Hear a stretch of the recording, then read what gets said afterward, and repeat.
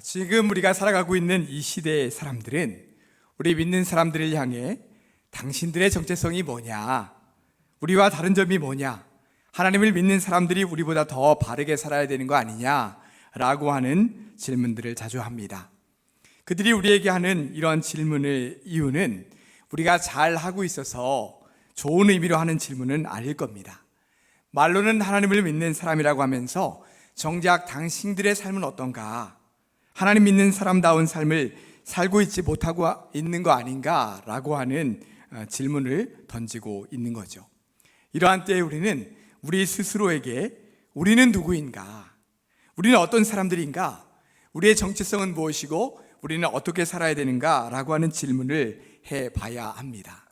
지난 주일에는 우리는 어떤 사람들인가? 라고 하는 질문에 대한 답을 해보았습니다. 여러분 기억하십니까? 우리는 어떤 사람들이라고 했습니까? 하나님의 백성이다 라고 했습니다. 하나님의 백성이다. 하나님께서 아무런 자격도 없는 이스라엘을 자기 백성 삼으셨다고 했죠. 그런데 이스라엘만 하나님의 백성으로 삼으신 것이 아니라 신약시대에 와서는 예수님을 믿는 모든 사람들에게 너희는 내 사랑하는 백성이다. 너는 내 것이다. 라고 말씀하셨다고 했습니다. 그렇습니다. 우리는 하나님의 백성입니다. 우리의 정체성은 하나님의 백성이라는 거예요. 우리는 이 세상 속에서 하나님의 백성으로 살아가고 있는 것입니다.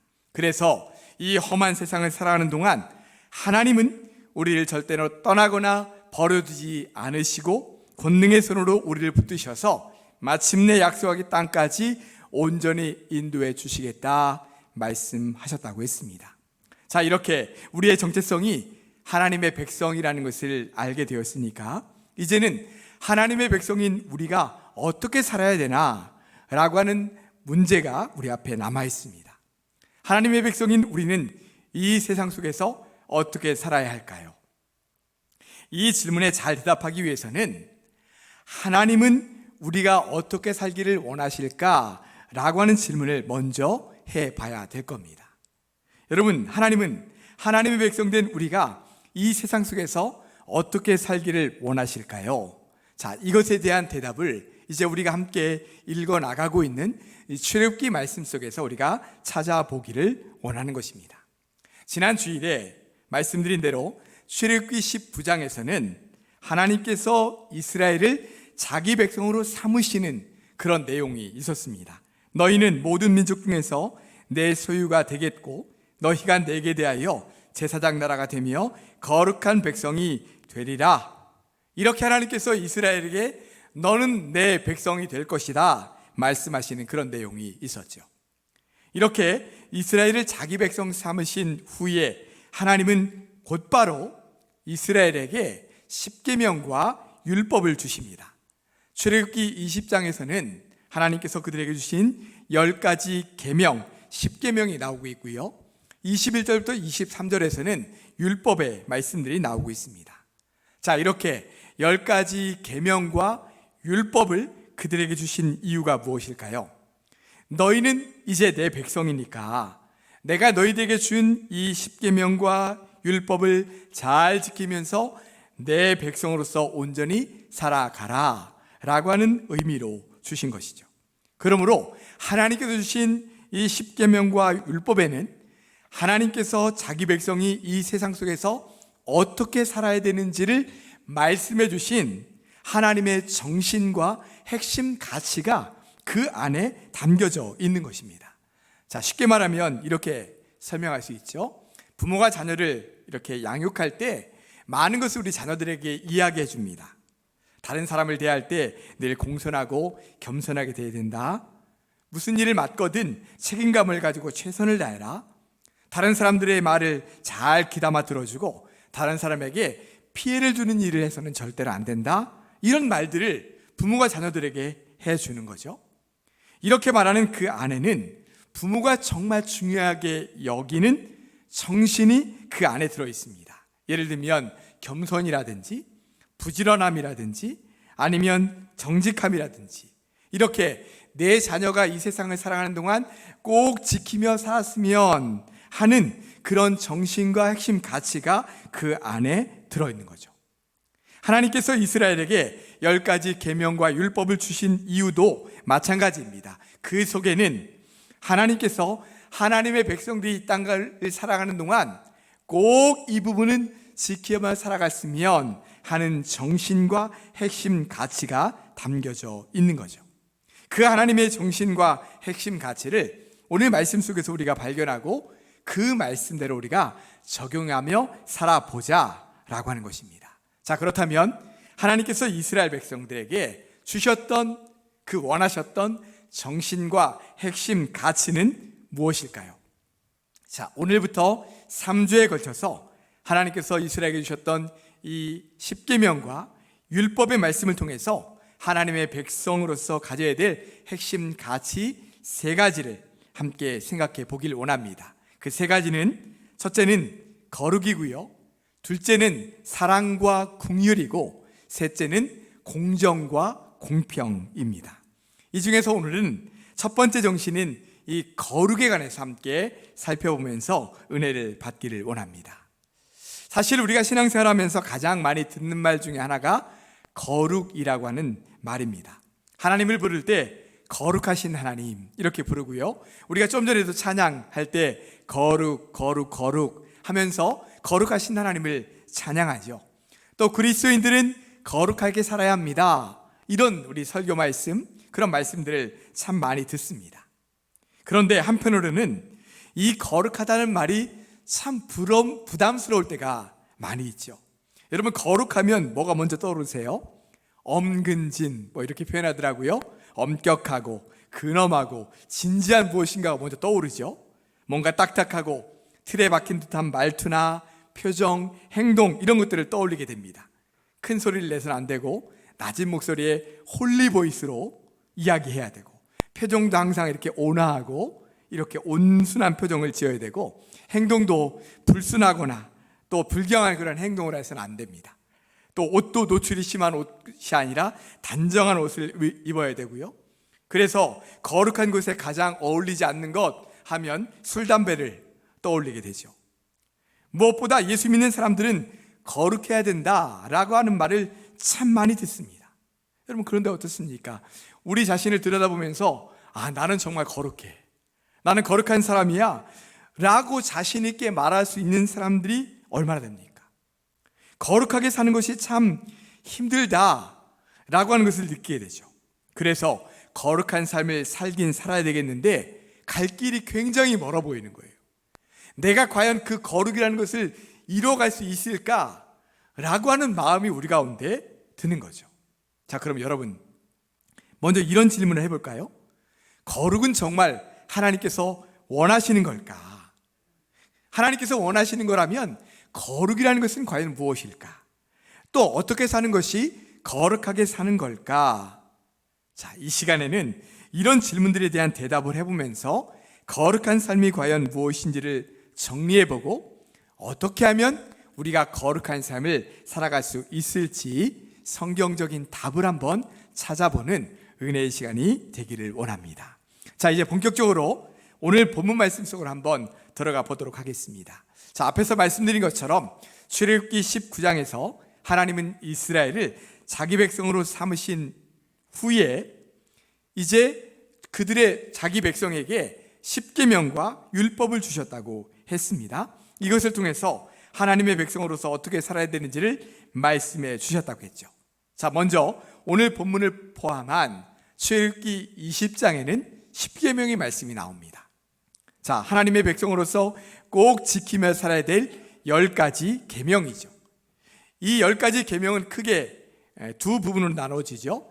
1계명부터 4계명까지는 하나님을 어떻게 믿고 섬겨야 되는지에 관한 계명입니다. 자, 오늘 본문 1절부터 11절까지의 말씀이 거기에 해당되죠. 5계명부터 10계명까지는 이웃을 어떻게 대하며 살아야 되는지에 관한 계명이죠. 12절부터 17절까지가 여기에 해당됩니다. 자, 여러분, 오늘 본문에 나오는 1계명부터 4계명까지 말씀, 여러분들 아마 거의 대부분 암기하고 계실 겁니다. 자, 1계명이 뭐죠? 나 외에 다른 신을 내게 두지 말라라고 하는 계명입니다. 이 계명은 조금 긴데요, 간단하게 얘기하면 이렇게 말할 수 있습니다. 다른 우상을 만들지 말고 절하지 말며 섬기지도 말라라고 하는 것이고요, 3계명은 나 여호와의 이름을 망령되게 부르지 말라, 4계명은 안식일을 기억하여 거룩하게 지키라 라고 하는 계명들입니다. 오늘은 이 계명들이 어떤 내용인가를 자세하게 살펴보려고 하기보다는요, 이 계명들 속에서 하나님께서 강조하시는 것이 무엇인가, 이 계명을 주시면서 하나님께서 과연 무엇을 이 계명들 속에 말씀하시길 원하시는 건가 라고 하는 것을 생각해 보길 원합니다. 여러 가지 것을 생각해 볼 수 있는데요, 그 중에서 하나가 바로 이 거룩이라고 하는 거예요. 하나님은 다른 신과 자신을 분명히 구별하시고 다른 신을 섬기지 말라고 하셨죠. 또 하나님 외에 다른 우상을 섬기는 일도 금하셨습니다. 또한 하나님과 우리 인간들을 위해 정하신 안식일, 그것을 구별하여 거룩하게 지키라, 이렇게 말씀하셨죠. 여기서 거룩이라는 말이 나옵니다. 이 거룩은 히브리 말로 카도시라고 하는 것인데요, 어원적인 의미는 속된 것으로부터 구별하다, 분리하다, 이런 의미예요. 그래서 거룩하신 하나님이라고 하면 죄, 악, 이런 것으로부터 전혀 상관없는 하나님, 존재하시는 하나님을 우리가 부를 때 거룩하신 하나님, 이렇게 표현하고 부르는 거죠. 그러므로 거룩은 구별됨이라고 말할 수 있습니다. 하나님과 인간이 구별되고 거룩한 것과 속된 것이 구별되죠. 또한 죄와 불의, 거짓으로부터 구별되는 것이라고 말할 수 있습니다. 그런데 종종 우리는 이 거룩, 구별됨이라는 것을 잘못 이해하는 경우들이 참 많아요. 구별됨을 세상과 아예 분리하는 것으로 생각하는 거죠. 우리 믿는 사람들이 흔히 말할 때, 또 설교할 때도 종종 세상은 악하고 더러운 곳이므로 세상에 물들면 안 됩니다 라고 말합니다. 세상 사람들도 악하기 때문에 믿는 사람들과 믿지 않는 사람들을 자꾸 분리하는 거죠. 그러나 우리는 세상은 악하고 세상에 물들면 안 됩니다 라고 말할 때, 정확히 말하면 세상 자체가 악한 것은 아닙니다. 하나님은 이 세상을 선하게, 아름답게 만드셨죠. 그러므로 세상이 악하다고 말하는 것은 세상 그 안에 존재하는 온갖 악한 것들, 죄나 불의, 분쟁, 부조리, 시기, 미움, 이런 것들을 말하는 것이죠. 우리가 세상으로부터 구별되어야 된다라고 말하는 것은 세상과 단절하거나 세상으로부터 분리되어야 된다라고 하는 것을 말하는 것이 아니라, 이 세상 안에 만연해 있는 불의와 죄악, 그것으로부터 분리되어야 된다, 구별되어야 된다라고 하는 것을 말하는 것입니다. 세상 사람들에 대한 생각도 마찬가지이죠. 비록 세상 사람들이 아직 예수님을 알지 못하고 죄와 죽음으로부터 구원받지 못한 삶을 살아가고 있지만, 그렇다고 해서 우리 믿는 사람들과 믿지 않는 사람들을 완전히 분리해서는 안 되고, 오히려 우리가 그들 속에서 함께 더불어 살면서 우리의 착한 행실을 보고 그들이 죄에서 돌이켜 예수님을 믿음으로 구원받은 하나님의 백성이 되도록 하는 것, 그것이 바로 하나님께서 원하시는 모습인 거죠. 그러나 분명한 것은 이 세상에는 선과 악, 정직과 거짓, 선의와 불의, 거룩한 것과 속된 것, 이런 것들이 혼재되어 있다는 것입니다. 그런 속에서 하나님은 자기 백성들이 선한 것, 정직한 것, 정의로운 것, 이런 것들을 잘 분별하며 거룩하게 살기를 원하시는 것이죠. 하나님의 백성답게 살아가기를 원하시는 것입니다. 자, 그런데 어떻습니까? 거룩한 것과 속된 것이 막 뒤섞여 있는 이 세상 속에서 하나님의 것, 의로운 것, 거룩한 것을 잘 분별하며 그것을 실천하며 사는 것이 얼마나 어렵습니까?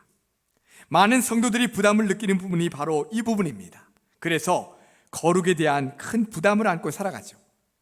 어떤 분들은 아예 거룩은 이 시대와는 안 맞는 것, 고리타분한 것, 율법적인 것, 어차피 우리가 지킬 수 없는 것, 이런 것들로 아예 치부해 버리기도 합니다. 그러나 그렇지 않습니다. 하나님은 분명히 우리에게 거룩하라고 말씀하셨어요. 우리가 거룩하게 살기를 원하십니다. 이 세상 속에서 거룩하게 살기를 방해하는 수많은 영적인 걸림돌들이 있지만 그런 속에서도 거룩하신 하나님을 닮아 그 삶을 우리 가운데 이루기를 간절히 원하고 계신다는 거예요. 그래서 성경 안에 보면 거룩한 삶을 살아가라고 권면하는 말씀들이 참 많이 나옵니다. 자, 베드로전서 1장 15절과 16절 말씀 우리 다 같이 함성으로 읽겠습니다. 오직 너희를 부르신 거룩한 이처럼 너희도 모든 행실에 거룩한 자가 되라. 기록되었으되 내가 거룩하니 너희도 거룩할지어다 하셨느니라. 아멘. 하나님께서 내가 거룩하니 내 백성 된 너희도 거룩하라. 너희도 모든 말과 행실에 거룩한 자가 되라. 이렇게 분명히 말씀하셨죠. 또 고린도전서 3장 16절과 17절에서 이렇게 말씀합니다. 같이 읽습니다. 너희는 너희가 하나님의 성전인 것과 하나님의 성령이 너희 안에 계시는 것을 알지 못하느냐. 누구든지 하나님의 성전을 더럽히면 하나님이 그 사람을 멸하시리라. 하나님의 성전은 거룩하니 너희도 그러하니라. 아멘. 자, 우리가 하나님의 성전이래요. 그리고 하나님의 성전된 우리가 거룩하라. 왜요? 하나님의 성전이 거룩하니까요. 자, 분명히 하나님께서는 우리가 거룩하게 살기를 원하세요. 거룩한 사람이 되기를 원하십니다. 그러면 우리는 어떻게 거룩하게 살 수 있을까요? 오늘은 이 부분에 우리가 한번 깊이 고민해 보기를 원합니다. 하나님께서도 거룩하라고 말씀하시고 우리도 거룩하게 살기를 원하는데 거룩한 삶을 살기가 참 어려운 이유가 뭘까요? 어떻게 하면 우리가 거룩한 삶을 좀 살 수 있을까요? 이 부분 한번 고민해 보자는 것입니다. 제가 한번 여쭤보겠습니다. 우리가 거룩하게 사는 것을 부담스러워하는 가장 큰 이유가 무엇입니까? 여러 가지 이유가 있겠죠. 근데 그 중에 우리 안에 이런 마음이 있지 않나 생각을 합니다. 그렇게까지 말씀이나 계명에 얽매이지 않고 적당히 신앙생활을 하기를 원하는 마음이 우리 가운데 있는 겁니다. 나는 그렇게까지 하고 싶지 않아. 나는 예수 믿는다고 해서 그렇게까지 내가 해야 되나? 라고 하는 마음이 들어. 그냥 적당히 신앙생활 하고 싶어. 라고 하는 마음이 우리 가운데 있는 거죠. 그러다 보니 하나님의 말씀과 계명이 굴레요, 속박으로 느껴지는 겁니다. 지금 이 시대에 거룩하게 살라는 말이 그것이 맞아? 누가 그렇게 살 수 있어? 거룩함을 강조하는 것은 율법이지, 율법이야. 이렇게 생각하면서 거룩하게 사는 것에 대한 거부감을 갖는 것입니다. 또 거룩한 삶을 살기 힘든 이유는 억지로 우리 힘으로 거룩한 삶을 살려고 하기 때문이 아닌가라는 생각이 들어요.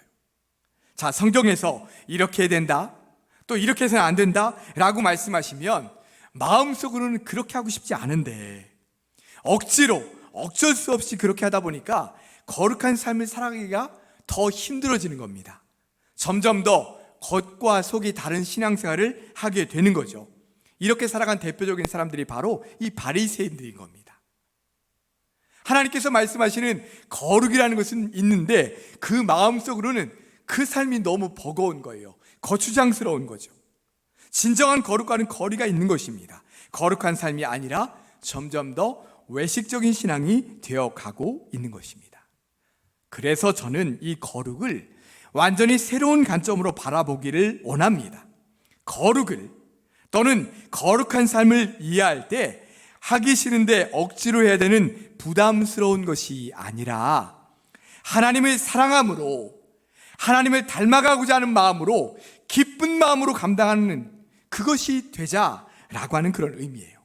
무슨 말씀인가 하면 거룩해지려면 이렇게 해야 되고 이렇게 해서는 안 돼요 라고 하는 율법적인 굴레로 받아들이는 것이 아니라 내가 하나님을 사랑하고 내가 하나님의 은혜를 감사하는 마음으로 하나님을 단절히 나도 닮아가고 싶다, 하나님 정말 닮고 싶다, 이런 마음으로 나아갈 때 자연스럽게 우리 안에 거룩한 삶이 이루어지게 된다는 것입니다. 여러분, 사랑하면 닮아가고요, 그렇게 주님을 닮아갈 때 우리 안에 거룩하신 주님의 삶이 우리 안에 이루어지게 된다는 것이죠. 얼마 전 영화배우 윤여정 씨가 미국 아카데미 시상식에서 여우 조연상을 받았습니다. 우리나라 이 대한민국 영화배우가 이렇게 아카데미 시상식에서 상을 받은 건 최초의 일이에요. 굉장한 일을 한 거죠. 이렇게 큰 상을 받고 나니까 여기저기서 막 인터뷰하는 그런 기사들이 나오면서 많은 사람들이 나 윤여정 씨 닮고 싶다, 이런 말들을 하는 사람들이 참 많아졌다고 해요. 윤여정 씨가 직접 재치 있게 수상 소감을 이렇게 영어로, 아주 거창하진 않지만 그래도 굉장히 잘하는 영어로 말하는 걸 보면서 요즘 60대 70대 되시는 실버 세대 분들이 영어 공부 바람이 일어난다고 합니다. 또 젊은 사람들도 윤여정 씨 닮고 싶다, 이런 사람들이 굉장히 많아진다는 거예요. 닮고 싶은 선배로 삼고 있다는 거죠. 누군가를 가르치려고 하지 않고 쿨하게 자신만의 삶을 살아가는 당당함, 또 자신은 먹고 살기 위해 연기했다, 그렇게 생계를 위한 절실함이 내 연기를 잘하는 방법이었다 라고 고백하는 이 솔직함, 이런 것들이 젊은 사람들의 마음을 사로잡았다는 거예요.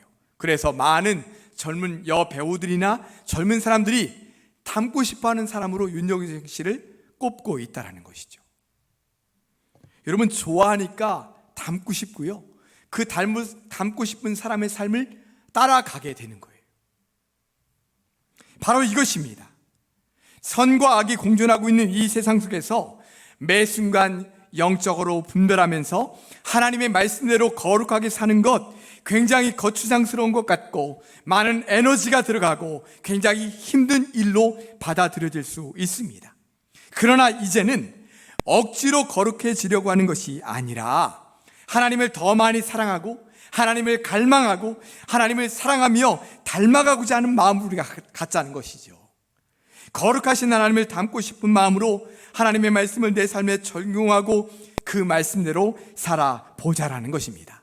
그렇게 하면 자연스럽게 하나님을 닮아가게 되고 내 삶에 하나님의 거룩하심이 이루어지게 된다는 것이죠. 우리는 늘 악한 마음을 가질 때가 있고 남을 미워할 때가 있고 거짓을 말할 때가 있고 부정적인 일을 많이 할 때가 있지만 우리 안에 거하시는 거룩하신 하나님이 계시기에 그 하나님으로 인해서 다시 돌이켜 선한 마음을 가질 수 있게 되고 다시 사랑할 수 있게 되고 정직을 말할 수 있게 되고 긍정적인 마음을 가질 수 있게 되는 것이죠. 여러분, 그것이 바로 거룩하신 하나님을 닮아가는 것입니다. 거룩한 성품이 우리 안에 이루어지게 되는 거예요. 전에 제가 한번 큰바위 얼굴 이야기를 한번 드린 적이 있습니다. 오늘 잠깐 다시 한번 좀 소개를 하려고 하는데요. 1850년 나다나엘 호손이라고 하는 미국 소설가가 쓴 단편 소설입니다. 그 내용은 이런 내용이죠. 소년 어니스트는 어머니로부터 한 그 마을에 전해지는 전설을 듣게 됩니다. 어떤 전설이냐면 그 마을의 산 언덕에 큰 바위를 닮은 그런 형상이 있었습니다. 가까이서 보면 그냥 바위인데요, 멀리서 보면 큰 바위 얼굴인 거예요. 근데 그 큰 바위 얼굴을 닮은 사람이 그 동네에 언젠가는 나타나게 될 거다, 위대한 사람이 나타나게 될 거다 라고 하는 그런 전설을 듣게 돼요. 그때부터 이 소년 어니스트는 그 사람이 나타날 때를 온전히 고대하면서 그 사람을 봤으면 좋겠다 라고 하는 마음으로 날마다 그 큰 바위 얼굴을 바라보며 살아요. 평생 동안 그 동네를 떠나지 않고요. 그러다가 세월이 지나서 큰 바위 얼굴을 닮은 사람이 나타났다 라고 하는 소문이 막 터져나옵니다. 그리고 나타난 사람이 아주 큰 부자였어요. 그런데 그 큰 부자를 본 마을 사람들은 굉장히 실망을 합니다. 그 사람에게는 덕도 없었고 실제로 보니까 큰 바위 얼굴과 전혀 닮지 않았던 거예요. 그런 뒤에도 큰 공을 세운 장군, 또 말을 잘하는 정치인, 또 글을 잘 쓰는 시인, 이런 사람들이 차례로 나타날 때마다 큰 바위 얼굴 닮은 사람이 나타났다 라고 했지만 실제로 볼 때마다 다 고개를 저었습니다. 그러던 어느 날 어니스트가 사람들에게 설교를 하고 있는데 한 사람이 그를 가리키면서 이렇게 말해요. 어니스트가 바로 큰 바위 얼굴이다, 이렇게 말합니다. 그때 사람들이 어니스트를 바라보니까 정말 이 어니스트의 얼굴이 그 산 언덕에 있는 큰 바위 얼굴과 똑같이 닮은 얼굴이었던 거예요. 여러분, 어니스트가 평생 큰 바위 얼굴을 바라보면서 그것을 사모하고 그것을 갈망하며 기대하면서 그런 사람을 봤으면 좋겠다라고 하는 마음으로 살았더니 그의 얼굴이 큰 바위 얼굴을 닮은 사람으로 변해 가더라는 거예요. 성경에는 하나님을 닮아 거룩하고 정결한 삶을 살아가려고 힘썼던 많은 사람들이 나옵니다. 노아가 그렇고요, 욥이 그렇고 다윗이 그렇습니다. 노아 시대는 지금보다 훨씬 더 많은 죄가 온 세상에 가득했던 시대였습니다. 그렇게 악한 시대 속에 살았음에도 불구하고 이 노아는 의인이요 당대의 완전한 자였으며 하나님과 동행한 사람이었다, 성경은 말씀하고 있어요. 욥도 자신뿐만 아니라 자신들의 자녀들, 가족들이 혹시 죄를 지었을까 봐 술과 또한 잔치가 있는 그런 것들을 다 끝내고 나서는 항상 그들을 위해서 하나님께 번제를 드렸어요. 이럴 정도로 그들은 정말 하나님 앞에서 자신과 가족들이 주님 앞에 온전히 거룩하고 정결하게 살아가려고 굉장히 애썼던 그런 사람입니다. 자발적인 거였죠. 다윗도 그렇습니다. 그는 평생 하나님 앞에서 거룩하고 진실하게 살려고 힘썼던 사람입니다. 그러다 한번 아주 큰 죄를 지을 때가 있었죠. 다른 사람의 아내를 자기가 취하고 그 남편까지 죽음으로 내놓은 아주 큰 죄였습니다. 그때 나단 선지자가 다윗의 죄를 고발합니다. 지적하죠. 그러자 다윗은 이 베개가 눈물로 완전히 적셔질 정도로 철저하게 회개했습니다. 그가 뭐라고 회개하며 고백했는지 시편 51편 7절 말씀 우리 다 같이 함성으로 읽어보겠습니다. 우슬초로 나를 정결하게 하소서, 내가 정하리이다. 나의 죄를 씻어주소서, 내가 눈보다 희리이다. 아멘. 나는 정말 거룩하고 정결하게 살고 싶었는데 제 마음이 그때 넘어지고 쓰러져서 이렇게 큰 죄를 짓고 말았습니다. 주님, 내 죄를 씻어주시옵소서, 나를 정결하게 해주시옵소서 간절하게 기도하면서 회개했다는 거예요. 여기서 더 나아가서 다윗은 이렇게 고백합니다. 시편 51편 10절 말씀 같이 읽겠습니다. 하나님이여, 내 속에 정한 마음을 창조하시고 내 안에 정직한 영을 새롭게 하소서. 아멘. 저 제발 죄 안 짓게 해주세요. 저 제발 그거 안 하게 해주세요. 그게 아니라요, 하나님, 제 안에 정한 마음을 창조해 주십시오. 주님, 제 안에 정직한 영을 불어넣어 주십시오. 정결하게 살고 싶습니다. 주님을 닮아 거룩한 삶을 살고 싶습니다. 여러분, 여기에 어떻게 소극적으로 그거 안 하면 안 돼요, 이런 마음이 있습니까? 아니에요. 주님 닮고 싶습니다. 주님 닮아 거룩하게 살고 싶습니다. 주님의 정결한 삶을 내가 따라 살고 싶습니다. 이런 마음이 그 안에 간절하게 담겨져 있는 거죠. 하나님을 닮고 싶은 마음이 이 다윗 안에, 마음 안에 간절히 있는 것입니다. 우리가 살기를 원하는 모습이 바로 이런 것입니다. 억지로 이 말씀 또 어떻게 살아, 이 말씀 내 마음 안에서는 싫은데, 그거 살기 너무 거창스러운데, 이런 마음이 아니라 내가 주님을 더 사랑하고 내가 주님을 더 갈망합니다. 주님을 경외합니다. 주님을 닮아가길 원합니다. 그러면서 늘 내 자신을 살피고 주님 앞에서 정결하게 살아가려고 힘쓰는 것입니다. 주님을 닮아가려고 힘쓰는 것이죠. 그럴 때에 우리 안에 거룩한 삶이 온전히 이루어지게 되는 것입니다. 말씀을 정리하겠습니다. 거룩하신 하나님은 백성된 우리가 거룩하게 살기를 원하십니다. 그래서 하나님의 말씀과 계명을 우리에게 주신 거죠. 많은 사람들이 이것을 굴레와 속박으로 여기면서 그것으로부터 벗어나고 싶어 합니다. 그러나 사랑하는 성도 여러분, 하나님을 더 많이 사모하고 갈망하며 사랑하며 살아가시기를 바랍니다. 그래서 날마다 하나님을 바라보면서 그분을 더 많이 닮아가시길 바랍니다. 그럴 때 우리 안에 거룩한 삶이 이루어지게 될 줄로 믿습니다. 억지로 어쩔 수 없이 거룩한 삶을 막 이뤄가려고 하는 것이 아니라 주님을 더 많이 사랑하고 갈망함으로 주님을 닮아가서 거룩한 삶이 우리 안에 이루어지는 귀한 삶을 살아가실 수 있기를 주님의 이름으로 축복합니다. 기도하겠습니다. 사랑과 은혜 주님 감사합니다. 주님께서 우리에게 거룩하라 말씀하셔서 감사합니다. 지금까지는 것이 너무나도 부담스러웠습니다.